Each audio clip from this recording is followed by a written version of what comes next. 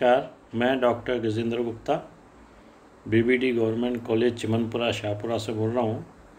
और आज का ये जो वीडियो लेक्चर है ये बीएससी पार्ट फर्स्ट के बच्चों के लिए है, जिनका कि पेपर थर्ड ऑप्टिक्स से संबंधित है। तो बच्चों, इससे पहले वाला अगर वीडियो लेक्चर आप लोगों ने देखा हो तो उसमें अपन माइकलसन व्यतिकरण मापी के बारे में अपन ने बात की थी। ये उसी माइकलसन व्यतिकरण मापी के लिए सेकंड भाग है ये। और आज इसमें कुछ माइकलसन व्यतिकरण मापी से संबंधित कौन कौन सी फ्रिंजें बनती हैं ये कल मैंने पहले वाले वीडियो लेक्चर में बता दिया था, लेकिन उनकी व्याख्या अपन आज इस लेक्चर में करेंगे। और इसमें ये भी देखेंगे कि माइकलसन व्यतिकरण मापी के अनुप्रयोग क्या क्या हैं, मतलब उसको एप्लीकेशंस के रूप में माइकलसन व्यतिकरण मापी को कहाँ कहाँ काम में लाया जा सकता है। तो सबसे पहले जो वृत्ताकार फ्रिंजें माइकलसन व्यतिकरण मापी में अपन ने बनाई थी, अगर आपको ध्यान हो तो मैंने उसमें ये बताया था आपको कि जब दर्पण M1 और दर्पण M2 जब एक दूसरे के आपस में परपेंडिकुलर होते हैं तो उस अवस्था के अंदर ये दर्पण जो अपने पास M1 है उसके नीचे M2 का एक प्रतिबिंब बनता है, जिसको M2 डैश से अपन ने यहाँ बताया था। और दोनों दर्पणों के बीच में एक वायु फिल्म बनती है, और इस वायु फिल्म के वजह से ही अपने को व्यतिकरण प्रतिरूप दिखाई देते हैं, जो कि टेलीस्कोप से अपन देख सकते हैं। अगर ये मान लिया जाए कि दो जो टेलीस्कोप पे जो प्रकाश किरणें आ रही हैं वो ऐसा लगता है कि जैसे दो प्रकाश स्रोतों से निकल के आ रही है, वास्तव में होता नहीं है। होता तो ये है कि एक ही प्रकाश स्रोत से वो प्रकाश किरण आती हुई होती है, उसको दो भागों में आयाम विभाजन के द्वारा अपन बांट देते हैं। तो यहाँ अपन ये मान सकते हैं कि दो प्रकाश स्रोत S1 डैश और S2 डैश से ये प्रकाश किरणें निकल के आती हैं, और इनके मध्य जो पथांतर बनता है वो 2D cos थीटा के द्वारा बताया जाता है। अगर D जो फिल्म की मोटाई अगर D बन रही है अपने पास M1 और M2 डैश जो प्रतिबिंब है उसके बीच की जो फिल्म बनी है, तो उस अवस्था में पथांतर को अपन 2D cos थीटा से अपन बता सकते हैं। और अगर अपन यहाँ स्टोक का नियम भी काम में लें, जिसके अंतर्गत अपन यहाँ भी ये बता सकते हैं कि एक किरण सघन माध्यम से तथा दूसरी विरल माध्यम से परावर्तित होती है। इस वजह से जो इसमें प्रभावी पथांतर होगा वो समीकरण 1 के द्वारा दिया जाएगा, जिसमें अपन ने डेल्टा इजिकल two 2D cos theta minus λ/2 से बताया है। अगर ये केस प्रदीप फ्रिंजों के लिए देखेंगे तो ये पथांतर लैम्डा के बराबर होगा, और इस अवस्था में अपने को समीकरण 2 मिलेगी। और अगर ये अदीप्त फ्रिंजों के लिए देखते हैं तो इस अवस्था में पथांतर ये n-1/2 ब्रैकेट बंद लैम्डा के बराबर होगा, और इससे अपने को समीकरण 3 प्राप्त होगी। इन्हीं समीकरणों को आगे डिस्कस करने के लिए अपन ने यहाँ पे कुछ फ्रिंजें बनाई हैं वृत्ताकार, माना कि ये वृत्ताकार फ्रिंजें हैं। और जो nth फ्रिंज है उसकी केंद्र से जो तिरछा है उसको अपन ने स्मॉल rn से बताया है। टेलीस्कोप की जो इन फ्रिंज से जो दूरी बताई है माना कि वो है कैपिटल D। और ये rn फ्रिंज जो है टेलीस्कोप पे थीटा n कौन बनाती है, nth के लिए बात कर रहे हैं अपन। तो फ्रिंजों की त्रिज्या निकालने के लिए इसी ट्रायंगल के अंदर अपन देखें तो tan theta n equal to Rn upon capital D और स्मॉल rn बराबर D tan थीटा n के द्वारा अपन बता सकते हैं, जो कि समीकरण 4 से बताई गई है ये के। और अदीप्त फ्रिंज के लिए देखें तो अदीप्त फ्रिंज के लिए अपन जानते हैं कि 2D cos थीटा n बराबर n लैम्डा, जो कि समीकरण 3 पहले निकाल चुके थे। इससे cos थीटा n का मान निकाला है अपन ने यहाँ n lambda upon small d।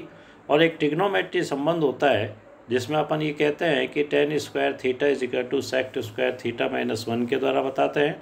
और सेक थीटा का मान अपन जानते हैं कि 1/cos थीटा होता है।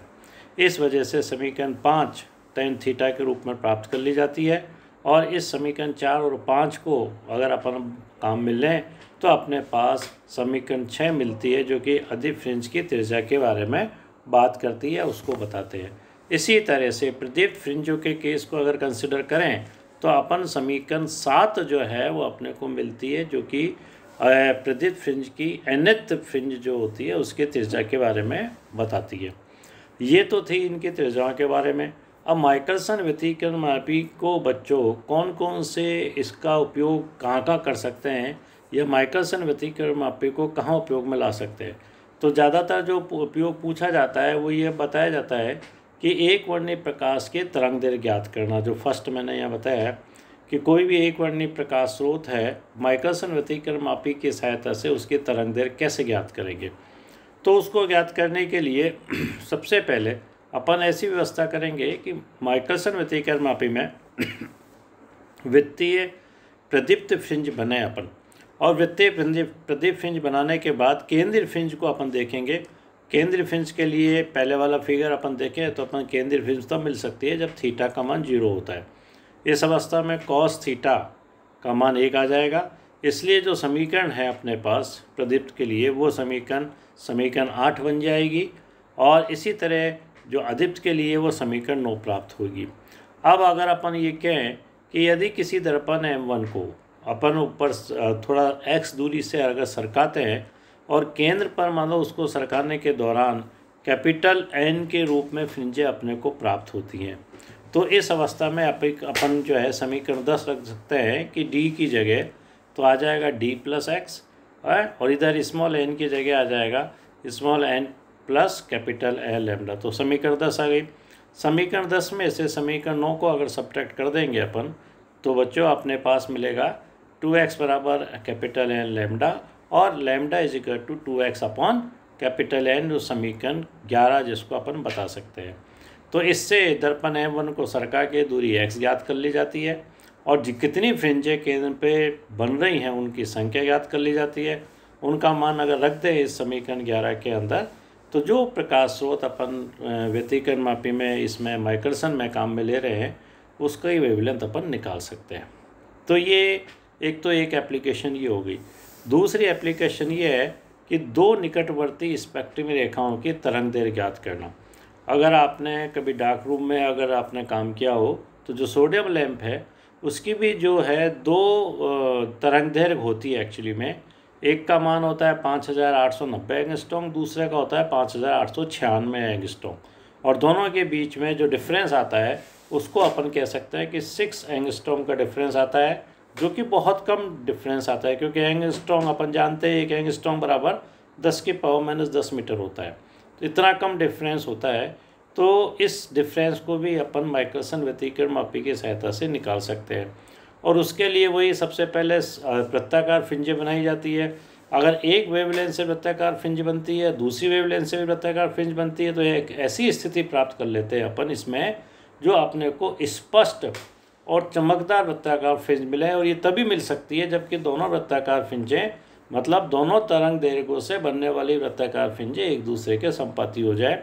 और इस केस के अंदर अपने को समीकरण 12 अपन उसके लिए कह सकते हैं कि इस 2D = N1 + 1/2 ब्रैकेट बंद λ1 और = ब्रैकेट छोटे ब्रैकेट के अंदर N2 + 1/2 और λ2।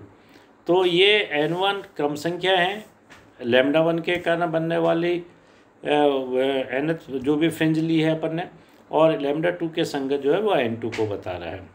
इसी प्रकार से अपन समीकरण 13 प्राप्त कर लेते हैं। इनको आपस में सॉल्व करके अपने पास समीकरण 14 आ जाती है, और जिससे समीकरण 14 से अपन ये बता सकते हैं कि λ1 - λ2 = λ² / 2x, और इस फार्मूले से अपन λ1 - λ2 का मान निकाल सकते हैं। एक दूसरा ये हो गया। तीसरा ये हो गया कि कोई भी पतली पारदर्शी प्लेट है उसकी मोटाई निकाल सकते हैं, फिल्म की जिस मोटाई निकाल सकते हैं, या उसका अपवर्तनांक अपन ज्ञात कर सकते हैं। तो इस केस के अंदर माइकलसन व्यतिकरण में श्वेत प्रकाश स्रोत को काम में लेते हैं अपन, और श्वेत प्रकाश स्रोत को काम में लेके उसमें सरलरेखीय फ्रिंजें बनाते हैं। ऐसी कंडीशन रखते हैं अपन उसकी, और उस केस में अपन देखते हैं कि जो केंद्रीय फ्रिंज है वो तो बनती है श्वेत, और उसके आसपास की फ्रिंजें कलरफुल फ्रिंजें बनती है। फिर वही एक दर्पण को इतना सरकाया जाता है कि वो डिस्टर्ब हो जाए, और उसके बाद पुनः वो फ्रिंजें अपने को मिल जाए, और उस अवस्था के अंदर इनके पथांतर का मान निकाल के अपन ये फार्मूले निकाल के टी का और म्यू का निकाल के बता सकते हैं। और चौथा जो है वो होता है मीटर का मानकीकरण। मतलब मीटर का मानकीकरण के लिए मैं बच्चों ये बता दूं कि जैसे अपन जानते हैं कि कोई भी मीटर स्केल बनती है तो उसका क्या स्टैंडर्ड है बनने के लिए, तो उसका मानकीकरण भी माइकलसन व्यतिकरण मापी से निकाला जा सकता है, और इसको बताया जा सकता है। इसके अंतर्गत जो एक छोटा एपरेटस काम में लाया जाता है उसको बोलते हैं इटेलॉन। और इस इटेलॉन के अंदर दर्पण होते हैं, 2 दर्पण, जैसे यहाँ भी मैंने एक चित्र बताया इटेलॉन का, M1 और M2 2 दर्पण हैं। और इन इटेलॉनों को इसमें माइक्रोसन व्यतिकरण मापी में काम में लाया जाता है और काम में ला के यहाँ मीटर का मानकीकरण कर सकते हैं। यहाँ एक बात बता दूँ आपको कि कैडमियम की जो लाल रेखा के तरंगदैर्घ्य के रूप में इसका मापन किया जाता है। और इसमें एक फार्मूला निकाल के अपन बता सकते हैं, L=N λ/2 आता है। और स्मॉल जो L है दोनों दर्पणों के बीच की डिस्टेंस को बताता है। और यहाँ मैंने कुछ एक कैलकुलेशन करके बताई आपको कि मीटर का मानकीकरण का मतलब 155,316.5 λ/r, जहाँ λ/r का मान दे रखा है। अगर ये मान अपन में रख देंगे तो मीटर एक मानक मीटर के द्वारा 1.0 जितने भी बताए हैं आपको लास्ट में, इस तरह से एक स्टैंडर्ड मान इसका निकाल सकता है मीटर का मानकीकरण का। इस तरह से जब भी माइक्रोसन व्यतिकरण मापी एग्ज़ाम में पूछा जाता है तो उसकी सारी कार्यविधि पूछी जाती है, उसकी संरचना पूछी जाती है, वृत्ताकार फ्रिंजों की व्याख्या कराई जा सकती है, कौन कौन सी फ्रिंजें उसमें बनती हैं उसके बारे में बात की जा सकती है। और उसके साथ साथ इनमें से कोई भी 1 या 2 अनुप्रयोग मतलब एप्लीकेशंस पूछ सकते हैं। तो ये पूरे दोनों जो पार्ट फर्स्ट और पार्ट सेकंड माइक्रोसन व्यतिकरण मापी का कंप्लीट बन के एक पूरा ये क्वेश्चन बनता है, जिसको कि आप अच्छी तरह तैयार कर सकते हो। मेरे नोट्स आपको मिल जाएंगे और किताब की भी आप सहायता ले सकते हो। धन्यवाद।